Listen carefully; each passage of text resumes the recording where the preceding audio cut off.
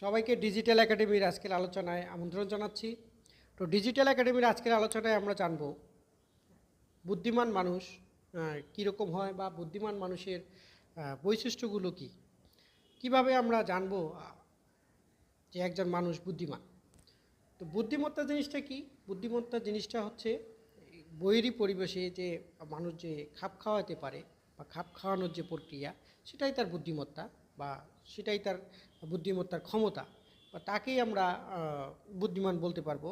যে আসলে কোনো কিছু শেখার ক্ষমতা রাখে, যে আসলে কোনো কিছু জানতে আগ্রহ প্রকাশ করে অথবা কোনো বিরূপ পরিবেশে নিজেকে খাপ খাওয়াতে পারে, এরকম লোকই কিন্তু বুদ্ধিমান এবং তার বুদ্ধিমত্তা বেশি বলে ধরা হয়।